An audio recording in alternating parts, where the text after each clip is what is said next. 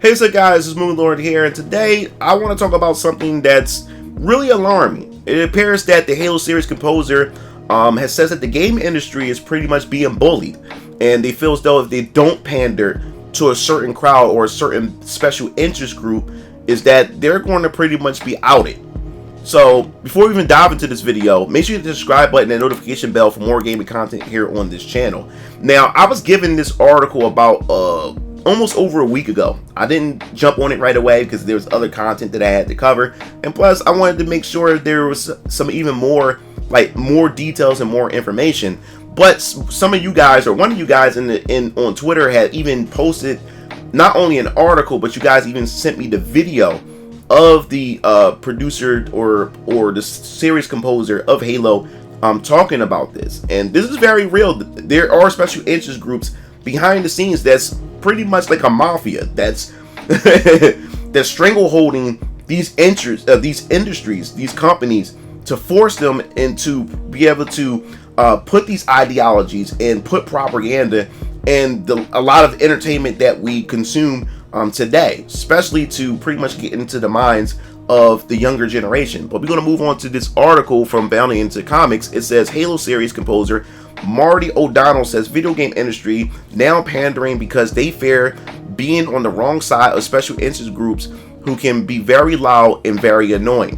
And that's what's going on. It all started by bending the knee to the special interest group. Never bend to the knee, because the moment you bend to the knee, you give them an inch, they would definitely take a mile. And that's what the industry end up doing. So we're going to move on to this article. In providing anecdotal confirmation to one of the most widely assumed reasons for currently abysmal state of Western entertainment, original Halo series composer Marty O'Donnell has revealed that any and all such industries are currently living in the fear of being on the wrong side of various special interest group and their outrage mobs. And this is the problem that I have with them, with these industries fearing to be on the wrong side. You're not on the wrong side. Like, giving the gamers what they want, it's always going to be the right side, and then you end up suffering. You end up actually being on the wrong side. You try to pander to these groups, right? But you end up shunning your actual fan base, and it's your fan base that's actually going to hurt you because they're not going to support you at all. You see how that works? So let's move on.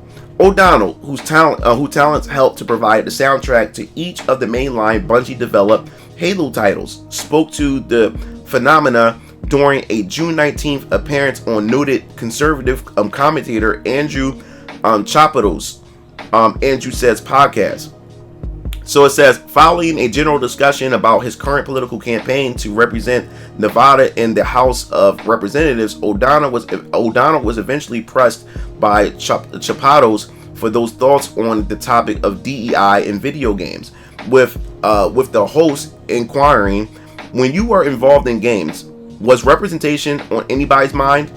Was the amount of diversity, the amount of transgender characters in games ever a topic that anybody thought they should worry about?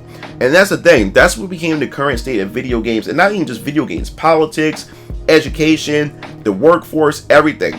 Now, we have gotten to a time to where people didn't want to be judged by their race, their sexual identity and everything, but now we want to be placed in these categories now. We want to be seen for our race now. We want to be seen for our sexual identity. Like, how do we regress? Like, how do we regress as a society where we just wanted to be judged by the content of our characters a long time ago? Now we want to be seen and judged and viewed through society based on these physical attributes. It's just so asinine. It's just fucking stupid. So after that, so to continue, in turn, the esteemed composer affirmed, no, it wasn't. And go woke, go broke. We keep seeing that happen over and over again, said O'Donnell. DEI is not diversity, equity, inclusion.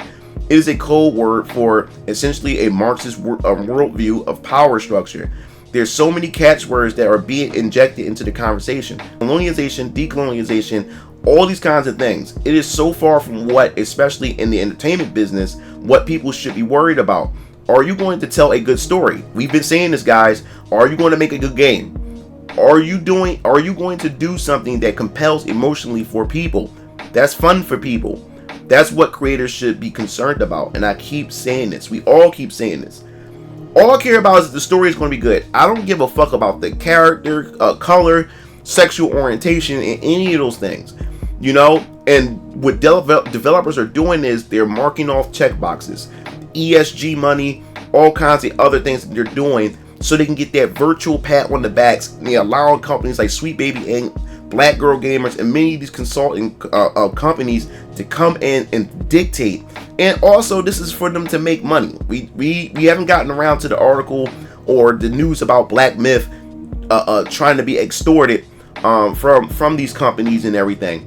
So that's what's also coming on. That's going on. It's also a money scheme. This is all also a money scheme as well. It was never about diversity and inclusion. They don't give a fuck about that. All they do is use that as a way to push these ideologies while also making money at the same time. That's all it's about. So pushing back against the popular narrative that prior to the 2010s entertainment was composed solely of straight white people, he continued. We had our share of, I guess I would have to say, diverse characters, but it wasn't because we needed to make sure there was a certain percentage of, fill in the blank. It was because these were like either great actors or this was going to be a great character. It was never any part of what our discussions were about. Like, let's make sure we fill in these blanks so the characters reflect perfectly the makeup of the society, and that's what's going on. Like, you have characters just throwing in the mix because this is what's supposed to reflect our society, and then these characters have nothing going for them. All they have going for them is just their color or their sexual orientation. And that's why I also hate too is when they throw in these characters are used as a vehicle or a mouthpiece to spew out propaganda, to spew out the message and everything. And that's what the problem is. None of those characters has personalities, and they end up being the most unlikable characters, within a given franchise or IP or whatever, new game is being released. So it says the U.S. congressional candidate told Chapados that that is just such a creatively dampening way of approaching things, which is why I think the fans are rejecting this ideology. The fans don't necessarily reject movies or games because of diversity or equity or inclusion kinds of things are just forced into your face. And like I said, we have plenty of IPs and plenty of movies and everything that were completely diverse. There was never an issue with this.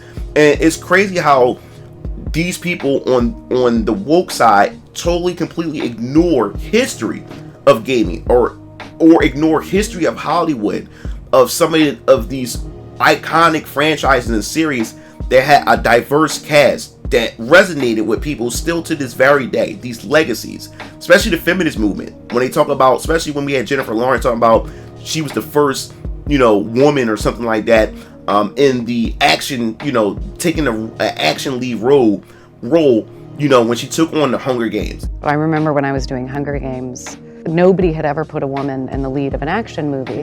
What? Completely ignoring, Ripley and Sigourney Weaver, in the Alien series, or Uma Thurman when it came to Kill Bill, and the list goes on and on. They forget about Charlie's Angels and everything. They forget about all these other franchises, Terminator. They forget all those franchises. Like, they just want to skip and forget the past, and then try to make it like this is something new, that's something that's never been done before.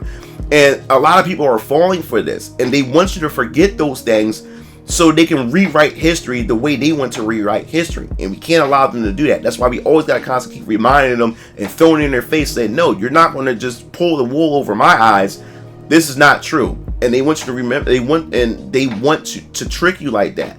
This is not even dampening, the creativity and everything. But basically, these are not good products. At the end of the day, it's not fun to play. It's not interesting. These characters don't sound real. That's what ends up happening. People just don't like it. They're not good stories. They're not memorable. And that's the problem. We're not getting memorable experiences. All we doing is getting products. Just products on an assembly line, throwing in with some cookie cutter propaganda messaging, and then they just send it off to you guys and want you to consume it. That's all we're getting nowadays. And I continue. I can't say for certain what's in everybody's mind, but I do know when I was there, when I was on the board of directors at Bungie, when I talked to the higher ups at Microsoft, there is a lot of fear. And the fear started creeping in, explained the former Bungie exec.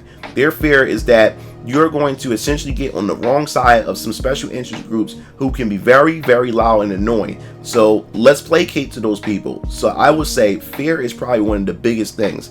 I don't think in my experience that these are deeply held beliefs. Exactly. A lot of these motherfuckers, especially in these studios, don't believe any of this nonsense that they're spewing, but they're virtue signaling. They're trying to not be on the bad side of these special interest groups.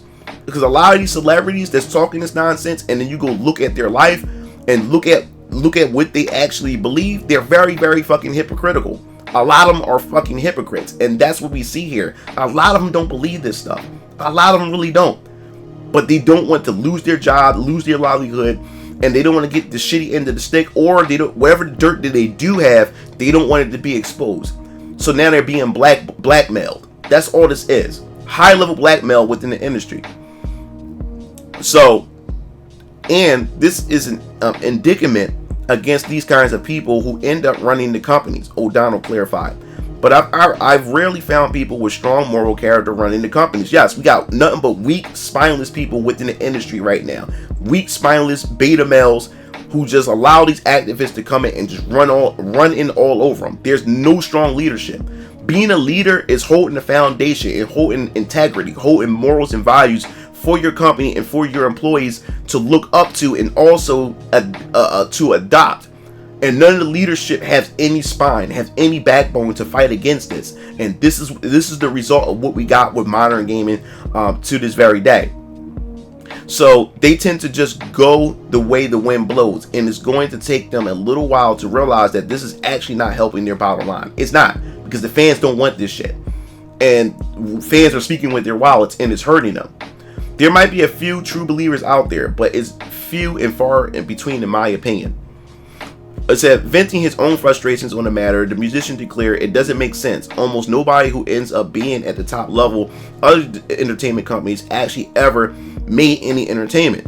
They aren't actual directors, they're not artists, they're not musicians, they're not writers, they haven't created anything, he explained. They might have come from marketing or have an MBA or work their way up through the production side of things, where they're not really making things, they're just overseeing the production side. And so for some reason, I don't trust their judgment. They just don't have good judgment when it comes to this, and they have a lot of fear.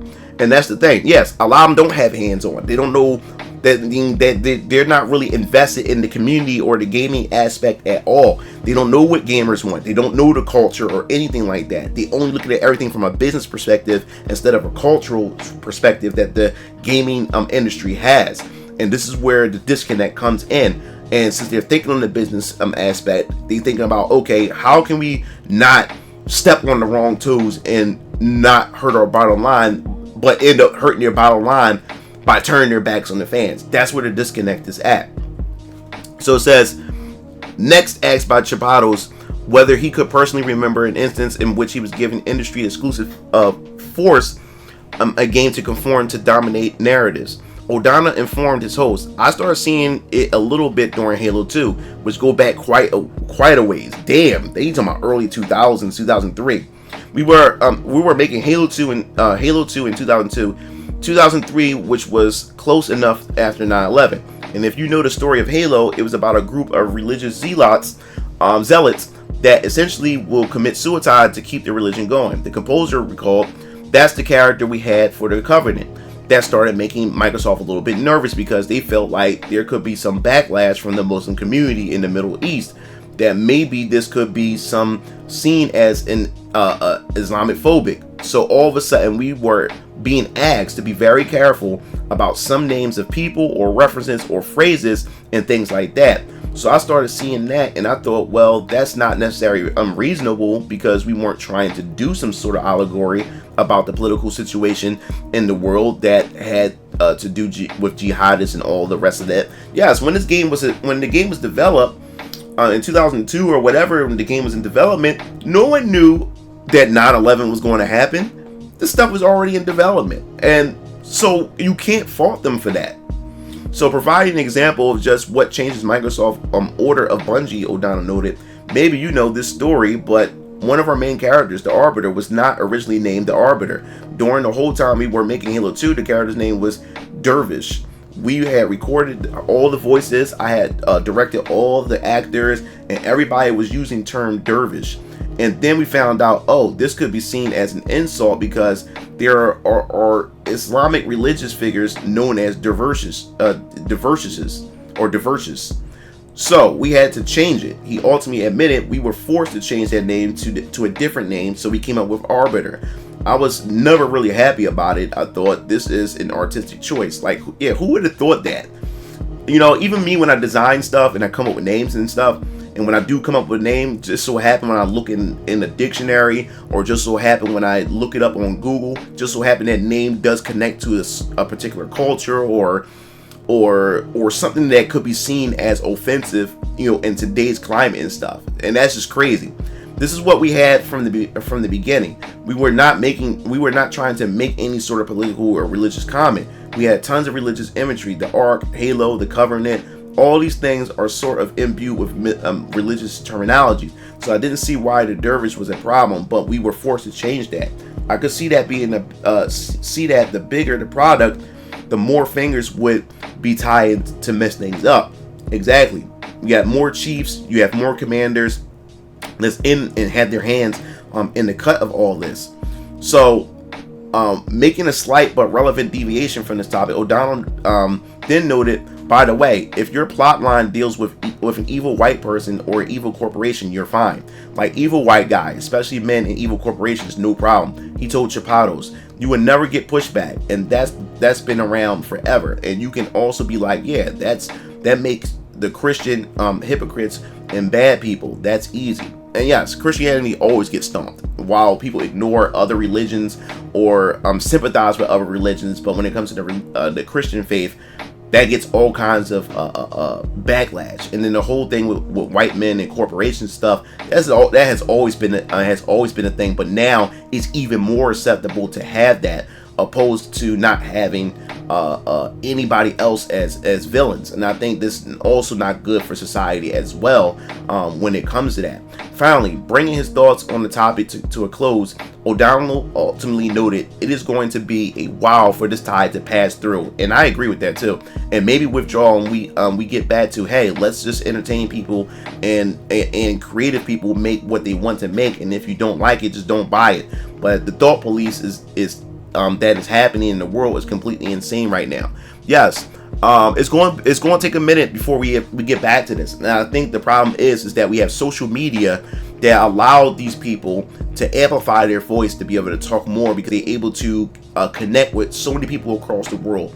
And a lot of people make these people famous. They give a lot of these people attention and everything. And that's why a lot of these developers are afraid. A lot of these developers are scared to pretty much step on these people's toes, because they know the power that they have, the noise that they make. So they end up collapsing, or they end up folding to them, which is the stupidest thing you can do, because you can never get canceled unless you allow yourself to be canceled, especially a corporation. If you have fans, diehard fans, no matter what decisions you make, your diehard fans are going to support you. So they have to ignore these people, because it's the fans who end up hurting you in the end is when you turn your back on the fans. And that is where we go, and that's what the problem is. We have to go back to just creating games and creating entertainment and creating the things that developers want to create, without these people coming in trying to dictate what they should create. But they have to have some balls. They have to stand up and say, you know what, fuck y'all. I don't care what y'all say. We making this game.